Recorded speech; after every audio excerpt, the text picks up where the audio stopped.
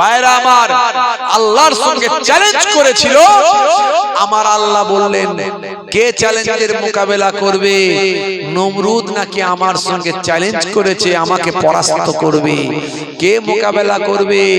ভাইরা আমার, একটা কানা খোরা মশা বলল, আল্লাহ যদি অনুমতি দেন তাহলে নমরুদকে আমি মোকাবিলা করে ধ্বংস করি। আল্লাহ বললেন, যাও, তোমার অনুমতি দেয়া হলো। তো নমরুদের সৈন্য সামন্ত সব তৈরি করেছে দীর্ঘদিন ধরে। এই নমরুদের ভাই আমার ওয়াজ আমি করেছি, ইন্টারনেটে আছে, দেখবেন।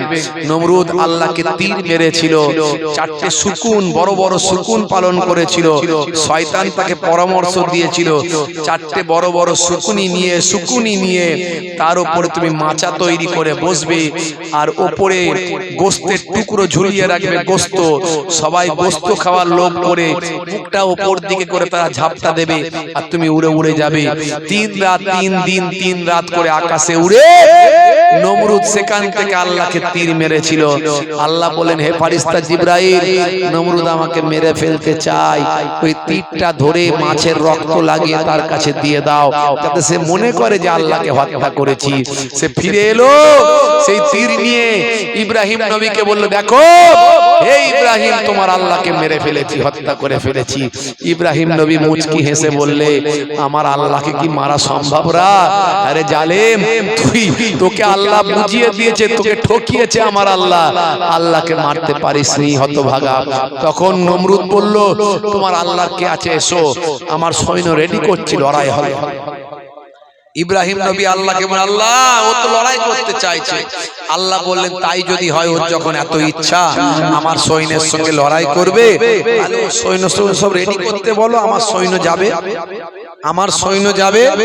তখন সে সৈন্য নিজের দেশের সৈন্য, বিদেশি সৈন্য ভাড়া করলো, সব বিদেশি সৈন্য ভাড়া করে বিশাল সৈন্যের বহর তৈরি করলো।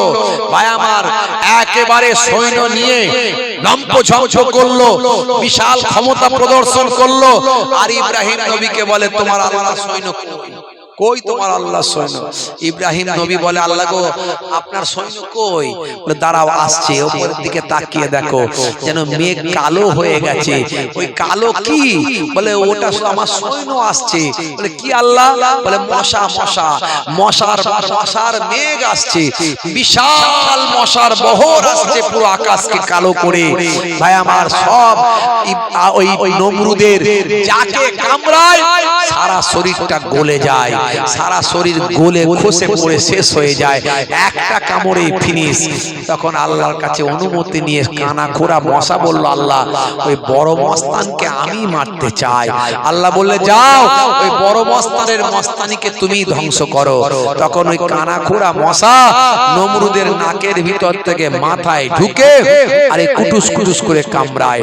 আর এ বলে, আমার লোকজনকে মাথা ঠোক, আমার মাথা ঠোক, ঠুকলে একটু কমে, আবার কামড়ায়, আবার ঠোকে। এই ঠুকতে ঠুকতে মানুষ পেরেশান হয়ে যায়, কাজের লোকেরা মুশকিলের মধ্যে পড়ে, বলে জোরে ঠোক, জোরে ঠোক। শেষে এমন জোর ঠুকলো, খুলি খুলে চলে গেল, মাথার খুলি খুলে চলে গেল। খুলির ভিতরে দেখে মাল সব ফাঁকা, মানে কানা খোরা বসা দীর্ঘদিন ধরে সব মগজ ফগজ খেয়ে ফিনিশ করে দিয়েছে, বুঝতে পারছেন? এই অপমানের মৃত্যু আল্লাহ তাকে দিয়েছিল, কিন্তু ইব্রাহিম নবীকে আমার আল্লাহ হেফাজত করে দিয়েছে। আজও যদি আপনি নামাজি হয়ে যান, ইবাদত ওয়ালা হয়ে যান, আমার আল্লাহ আপনাকে গায়েবী মাদাদ দিয়ে সাহায্য করবেন। বদরের যুদ্ধে আমার নবীর সাহাবী মাত্র 313, কুফাররা 1000-এরও বেশি, আবু জাহিল, আবু লাহাবের লোক। আমার নবী রাতের বেলা সিজদায় পড়ে গেলেন, আল্লাহকে বললেন, আল্লাহ अगर ये चंद नफूस मिट जाए तो कयामत तक तू ना पूछा जाएगा। এ আল্লাহ, যদি অল্প সংখ্যক মানুষ মারা যায়, কিয়ামত পর্যন্ত আপনাকে আল্লাহ বলে ডাকবে কে? আল্লাহ বললেন, হে নবী, মাথা তুলুন, চিন্তা করবেন না, এই যুদ্ধে এই জালেমরা যে আপনাকে অ্যাটাক করার জন্য এসেছে, এই যুদ্ধে আমি আল্লাহ আপনাকে হেফাজত করে দেব। জোরে হবে না? ওই জালেমরা এসে যেদিকের মাটিটা খুব ভালো সেই দিকের মাটিতে তারা জায়গাটাকে ঘেরে নিল, সেখানে এসে আগে তাঁবু টাবু খাটিয়ে পজিশন ঠিক করে নিল। আর নবী পাকের দিকের সাহাবীরা পেলেন বালুকাময় জায়গা, যেখানে ছুটতে পারবে না, লড়াই ভালো করতে পারবে না, এই রকম সিচুয়েশন। ভাইরা আমার আল্লাহ কি করলেন? আসমান থেকে পানি দিলেন, তাদের দিকের মাটি ভিজে গিয়ে সব স্লিপ হয়ে গেল, বুঝতে পারছেন? আর এই দিকের বালি যেখানে পা গেড়ে যাচ্ছিল সেখানে মাটি পড়ে পানি পড়ে সেখানে শক্ত হয়ে শক্তিশালী জায়গা করে দিলেন। এইভাবে আমার আল্লাহ গায়েবী মাদাত করলেন। এই বদরের প্রান্তরে একটা পাহাড় আছে, পাহাড়টা হলো বালির পাহাড়। হাজী সাহেবরা গেলে আপনারা দেখে আসবেন যদি বদরে যান। আমি সেখানে গিয়ে লাইভ ভিডিও করে মানুষকে দেখিয়েছিলাম, দেখুন সারা আরবের বুকে কোথাও বালির পাহাড় পাবেন না, সব জায়গায় পাথরের পাহাড়, কিন্তু একটা জায়গায় পাবেন বালির পাহাড়, সেটা হলো বদরের প্রান্তর। এই বদরের প্রান্তরে বালির পাহাড়, এই পাহাড়ই আমার আল্লাহ আমার নবীকে সাহায্য করার জন্য গায়েবী ভাবে 1000 ফারিস্তা পাঠিয়েছিলেন। এই 1000 ফারিস্তা বদরের যুদ্ধে আমার নবীর পক্ষ থেকে লড়ে জালেমদেরকে পরাস্ত করে দিয়েছিলেন। আল্লাহ গায়েবী মাদাত করবেন। আপনি নামাজি হন, আপনি সুন্নত ওয়ালা হন, আপনার ভয় কিসে, চিন্তা কিসে? ভয় নাই, আমার আল্লাহ যার সহায় তার আবার ভয় কিসে?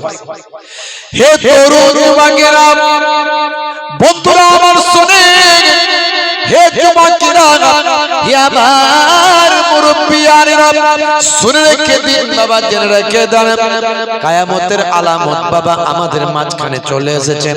এই কঠিন পরিস্থিতির মাঝখানে, এই কঠিন পরিস্থিতির মধ্যে দিয়ে উম্মত যদি একটা সুন্নতকে ভালো করে আঁকড়ে ধরে, মান তামাসসাকা বিসুন্নতি ইনদা ফাসাদি উম্মতি ফালাহুল আজরু মিয়াতা শাহীদ। একটা সুন্নতকে যদি ভালো করে আঁকড়ে ধরে, হে যুবক শুনে রেখে দেন, এই একটা সুন্নতের বিনিময়ে আমার আল্লাহ তাআলা 100টা শহীদের সওয়াব আপনার আমার নামাজের খাতায় লিপিবদ্ধ করে দেবে। মানুষ ভয় পেয়ে যায়, কথা ঠিক না বল? ভয় কেন পাবেন? ঈমানদার কিসের ভয় পাবে? ঈমানদার সব ব্যাপারে আল্লাহর উপর সাহায্য প্রার্থনা করবে, আল্লাহর ইবাদত করবে, ঈমানদার গর্দান দিয়ে দেবে, তবুও ভয় পাবে না। সর উঠা কে জিয়েগা, সর ঝুকা কে नहीं। ঈমানদার শহীদ হয়ে যাবে, কিন্তু ঈমানদার ভয় পাবে না যদি তাওয়াক্কুল থাকে আল্লাহর উপর। ভাইরা আমার, তরুণ যুবকেরা আমার, মুরব্বিয়ানেরা, এসআরের নাম ডিলিট হয়েছে, এসআরের নাম ডিলিট হয়েছে, অনেকের হয়েছে না হয়নি? এদিকে মনে হয় হয়নি, হয়েছে এদিকে? হ্যাঁ, সব জায়গাতেই হয়েছে, আমাদের দিকে তো বেশি বেশি হয়েছে, বুঝতে পারছি। এটাও তো আল্লাহর গজব। এখন মোদিজির মনে এসব ঢোকালো কে? আমরা তো বলি, আমরা এটা আমাদের বিশ্বাস যে একটা গাছের পাতাও আল্লাহর হুকুমে নড়ে না। তো এত লক্ষ লক্ষ মুসলমানের নাম ভোটার করে দিল, তো এ কি আর আল্লাহর হুকুম ছাড়া এমনি এমনি হয়ে গেছে?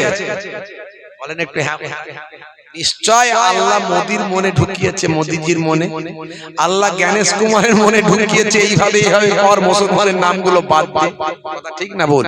আল্লাহর হুকুমই হয়েছে। কেন হলো? কেন হলো? ভালো করে তাকিয়ে দেখুন তো, 100 জনের 90 জন বেনামাজি। জুম্মার দিনে কোন রকমের 2 রাকাত পড়ে, বাকি টাইমে আর পড়ে না। তো বিপদ আসবে না? আসবে না? আল্লাহ তো বলেছিলেন শুধু ইবাদতের জন্যই পাঠিয়েছি তোমাদেরকে। এই দুনিয়া ক্ষণস্থায়ী, পরকাল চিরস্থায়ী। ইবাদতটা হবে নবিয়ানা তরিকায়। চাষ করবে, চাষের মধ্যেও ইবাদত থাকবে। চাষেতে ভেজাল ঢোকাবে না, আলছেটে বাড়াবে না, চাষ করতে গিয়ে ফাঁকি মারবে না, চাষ করতে গিয়ে ভেজাল মাল দেবে না, হ্যাঁ, চাষ করতে গিয়ে চাষের তুমি মানুষের ক্ষতি করবে না, তোমার ওই চাষটাও হবে ইবাদত।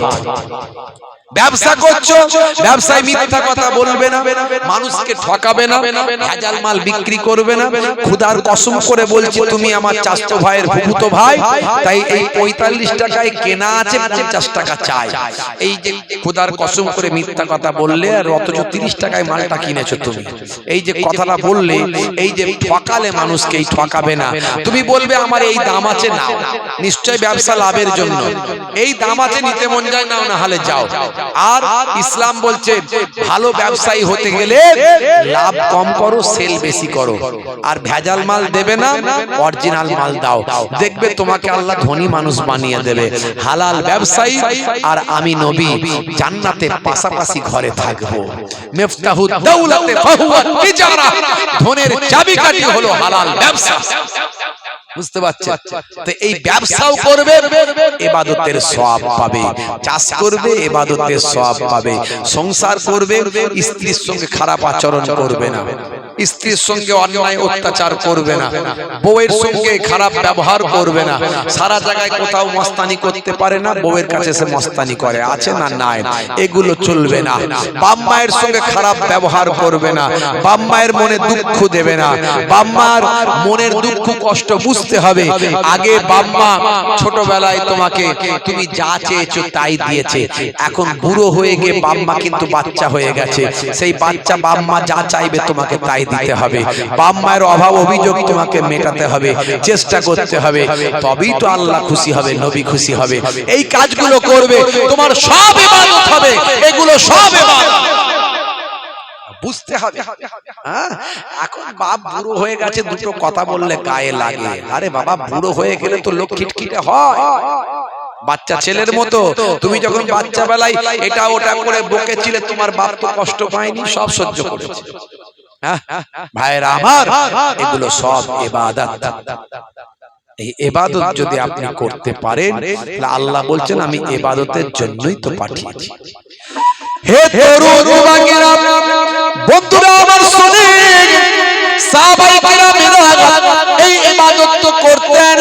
হে তরুণ যুবকেরা, হে আমার বন্ধুরা, বর্তমান সময় কিয়ামতের আলামত গুলো 1450 বছর আগে ভাই আমার আমরা জানতে পেরেছি। শুধু তাই নয়, হাজার হাজার বছর আগেও এই আজকের যুগের আলামত গুলো অন্যান্য নবীরা পর্যন্ত জানিয়ে দিয়েছেন। হযরতে সুলাইমান আলাইহিস সালাম তার অনেক ভেড়া চরানোর জন্য একজন চারানেওয়ালা ভাই আমার, ভেড়ার একজন রাখাল, তিনি সুলাইমান নবীর ভেড়াগুলো ভাই আমার জঙ্গলের কাছে চড়াচ্ছেন। হে যুবকেরা, হে আমার বন্ধুরা, হে আমার মুরব্বিয়ানিরা, শুনে রেখে দিন বাবা, সুলাইমান নবী বিশাল বড় বাদশা। সুলাইমান নবীকে আল্লাহ বিরাট বাদশাহী দিয়েছিলেন। আমার আল্লাহ এক সময় বলেছিলেন, নবী সুলাইমান বলো তুমি, তোমাকে আমি দুটো জিনিসের মধ্যে একটা দেব। এক নাম্বার হলো তোমাকে আমি হয় ইলম দেব, জ্ঞান দেব, না হলে আমি তোমাকে রাজত্ব দেব। তুমি কোনটা নেবে? আমরা হলে বলতাম রাজত্ব নেব। এখন ক্ষমতা মারাত্মক ব্যাপার, দেখছেন না নেতারা মারপিট করছে ক্ষমতার জন্য। সেদিনে ভিডিওতে দেখছিলাম একজনকে টিকিট দেয়নি, তো স্টেজের তলায় পাল্টি খাচ্ছে, ডিগবাজি খাচ্ছে, আমাকে ভোটের টিকিট দাও। বুঝতে পারছেন? তার টিকিট পাইনি বলে ডিগবাজি খাচ্ছে। এখানে এখন দেখা যাচ্ছে অনেককে টিকিট পায়নি, তো নির্দল থেকে দাঁড়িয়ে যাচ্ছে, টিকিট দিবিনি, আমি নিজেই নেতা হয়ে যাব। তারা আছেন না নাই? তাহলে ক্ষমতা মারাত্মক জিনিস, ক্ষমতার জন্য মানুষ কি না করে। ভাইরা আমার, তরুণ যুবকেরা আমার, এই ভোটের রাজনীতি চলছে, মারাত্মক ব্যাপার। বুঝতে পারছেন? পরিস্থিতি এমন একটা জায়গায়, পার্টি করুন, করতে বারণ করেনি, মানুষ মারার পার্টি করবেন না, মানুষ মারার পার্টি করবেন না। আজ নেতাদের কথা শুনে ভাই ভাইকে মারবেন, একদিন সেই নেতা 5 বছর পর চলে যাবে, দেখবেন সাধারণ লোক হয়ে গেছে, অথচ আপনি যাকে মেরেছিলেন, একসঙ্গে বাস করছেন, তাকে যে দুঃখটা দিয়েছেন, সেই দুঃখ আপনার জীবনে কোনোদিন মুছবে না। তাই এই রাজনীতিকে ঈমান মনে করবেন না। আমি এর আগেও বলেছিলাম, রাজনীতিকে ঈমান মনে করবেন না। সেই সাহাবীদের রাজনীতি, তার মধ্যে ঈমান ছিল। সেই রাজনীতির মাধ্যমে চোর চুরি করা বন্ধ করবে, খুনি খুন করা বন্ধ করবে, সে রাজনীতি করলে সবাই নামাজি হবে, সেই রাজনীতির মধ্যে দিয়ে ভাই আমার সাহাবায়ে কেরামরা ক্ষমতা লাভ করে তারা অন্যায় অত্যাচার পাপ দূর করে দেবে, সেটা হলো ইসলামী রাজনীতি। আর এখনকার রাজনীতিকে লোকে ঈমান মনে করছে, তো জামা পাল্টানোর রাজনীতি, জার্সি পাল্টানোর রাজনীতি। এই দলেতে ঠিক মতো হচ্ছে না লাইন, চলো ওই দলের ঝান্ডাটা ধরে নিই, ওই দলেতে হচ্ছে না, চলো ওই দলে চলে যায়। এই ঝান্ডা পাল্টানো, জামা পাল্টানোর রাজনীতি। আর আপনি মনে করছেন যে এটা মনে হয় আমার ঈমান, বাপ রে বাপ, জীবন নিয়ে নেব নালে জীবন দিয়ে দেব। আল কাতিল ওয়াল মাকতুল হুমা ফিন্নার। আল্লাহর নবী বলেন যে মারলো আর যে বললো দুজনেই জাহান্নামে। এই নবী বড় না পীর বড়?